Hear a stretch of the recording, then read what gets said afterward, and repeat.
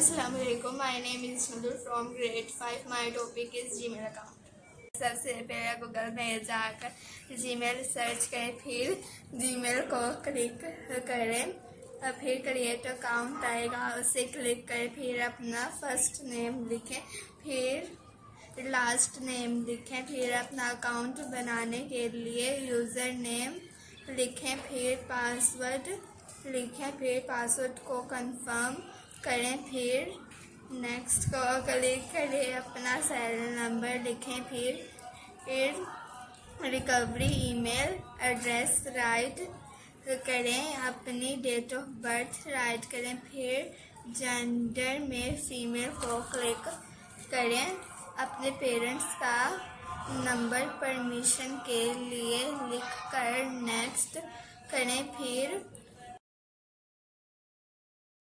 Password लिखकर next पर click करें, वेरिफिकेशन के बाद नेक्स्ट पर क्लिक करें। जीमेल अकाउंट क्रिएट बन गया, अपना ईमेल दोस्तों से शेयर कर सकते हैं।